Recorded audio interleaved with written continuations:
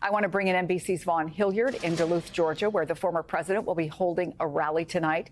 Peter Baker is chief White House correspondent for the New York Times and MSNBC political analyst and author of The Divider.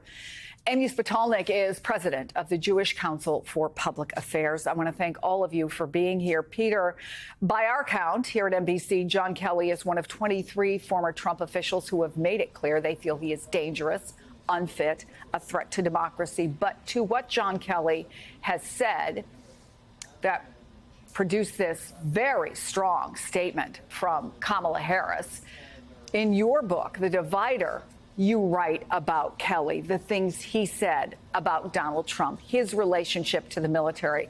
So help us put it in context and just give me your reaction to what you heard from Kamala Harris, which seemed to me to be stronger than anything that we have heard from her on this topic.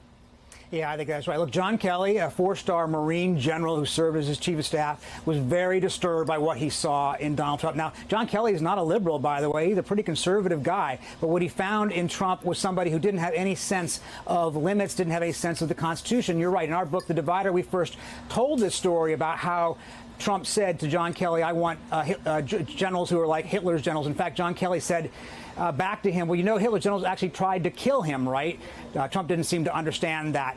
He's now confirming this story on the record in the latest accounts, which, of course, is important. We had other stories in the book as well about other generals who expressed concern about Trump's dictatorial or authoritarian instincts. Paul Selva, who was a vice chair of the Joint Chiefs of Staff, had a conversation with Trump in which Trump was trying to have a military parade down the streets of Washington, and Selva told him that wasn't what democracies do. He says that's what dictators do. That's what he told him in a private meeting. General Mark Milley, who was the chairman of the Joint Chiefs of Staff, wrote a resignation letter at one point that he didn't end up sending to Trump, saying that he would resign because he didn't believe that Trump believed in the same values that the United States fought against the Nazis for in World War II. He didn't end up sending the letter, put it in a drawer, because he decided it was more important for him to stay in office to fight, as he put it, against Trump's abuse of the military, the worry that he would use the military against civilians, as he is now suggesting he would do. So when you hear Kamala Harris say this, she is, in fact, you're right, I think using stronger language than ever before to try to get across the stakes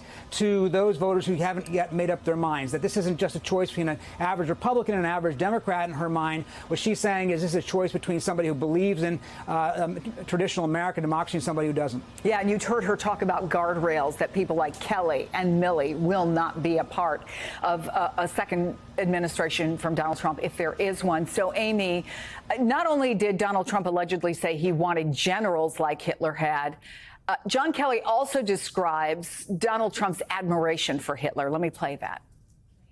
He commented more than once that, you know, that Hitler did some good things too. And of course, if you know history, again, I think he's lacking in that.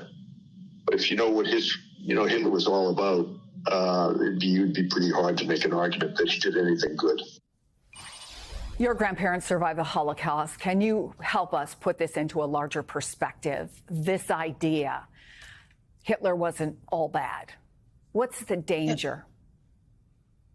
Look, we have to understand just how crazy it is that 80 years after the Holocaust, 80 years after my own grandparents survived the Holocaust, we have a presidential candidate here in the United States that is glorifying and admiring Hitler. And we have to understand it alongside the broader normalization of anti-Semitism and extremism that Trump has engaged in. It's not just glorifying Hitler, it's labeling Jews who don't support him crazy or disloyal, a label he's also extended to other groups like the Black community and Latinos. It's preemptively blaming the Jewish community, scapegoating the Jewish community for his potential loss. And all of that is part of a broader authoritarian tactic to blame the Jewish people and other potential scapegoats for not only his loss, but the broader challenges, broader ills of society. It is a core authoritarian, a core fascist tactic. And so we need to understand that, and it can't be considered partisan to call that out and name it. It is not about liberal versus conservative, Democrat versus Republican. It's about fundamental safety of the Jewish community, of so many other communities, and the core tenets of our democracy. Well, let me ask you about that safety, because we have reported on this show several times just one example about the amount of money that synagogues in the United States are having to spend on safety and security, the kinds of threats they get, the phone calls they get, the danger that they see. So when you hear something like this, does your experience tell you that words do have a real world impact and it is dangerous? Absolutely. We see firsthand how this sort of increasingly normalized rhetoric, the anti-Semitic, anti-immigrant, racist, white supremacist rhetoric, and the conspiracy theories at their core lead directly to real-world violence. We're coming up on the anniversary of the Tree of Life shooting in Pittsburgh, the deadliest attack on the Jewish community in U.S. history. That was a shooting that was directly emboldened and inspired by some of the very same rhetoric and conspiracy theories we're hearing normalized in this campaign about replacement, about efforts to replace the white race or the electorate with immigrants and other communities. We know that these conspiracy theories have already been given a primetime platform by former President Trump during the debate and on the rally stage nearly every night, if not more frequently.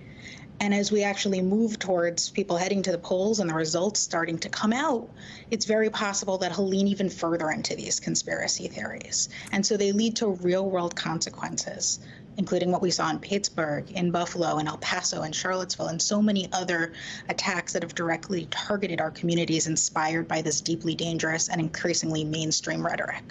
I want to bring in Paul Rieckhoff, the founder and CEO of Independent Veterans of America and host of the Independent Americans podcast. And Paul, first of all, thank you for being here. And I want to play some more about what John Kelly says. In this case, it's about Donald Trump's feelings as he knows them toward veterans. Take a listen. Does he have disdain for the disabled? Well, certainly his not wanting to be seen with amputees that lost their limbs in defense of this country, fighting for every American, to him included, to protect them, that didn't want to be seen with them. That's an interesting perspective for the commander-in-chief to have. Why didn't he want to be seen with them? He would just say, look, it doesn't look good for me. And to repeat what Peter pointed out, this is a four-star general who is saying this. There are voters, and we know this because we've talked to them, who just see this as more of the same, or maybe he doesn't really mean it, right? What do you hear when you hear that? I hear a four-star general who lost his son to a landmine in Afghanistan. His son died in service of this country. So when he thinks about making a decision to go public and have his voice in the record so the whole world can hear, I think it may be John Kelly, the father, stepping out of the role as four-star general and making sure that the country understands how high the stakes are. And we can't ever normalize any of this because the world is watching and our enemies are watching. When they see a headline like Trump praises Hitler, Trump attacks wounded veterans, Trump fights with Arlington Cemetery, our enemies are celebrating. This is a good news day for Vladimir Putin, who wants to see our country ripped apart, who wants to see the former commander-in-chief attack people in his own country. This is a field day for our enemies. And I think we have to remember that beyond the politics, there is a very important national security environment, and the entire world and all our allies are watching this chaos, and we should never normalize it because this is not normal. And we're talking about not just a president, but potentially electing a commander-in-chief who will be the authority over our entire military and the sons and daughters of people who are watching. If you've got a son or daughter that's in uniform, that's going to be their boss if he's elected. A commander-in-chief at a time of war, right? We have wars in the Middle East. We have a war in Ukraine. The Atlantic Council International Affairs Group cautions that the U.S. will indeed be electing a wartime president. And in reality, they say this is not a prediction. It is where we are. Does that change the stakes? Yes. Absolutely. I mean, we're talking about adversaries with nukes. We're talking about multiple regions around the world with conflict.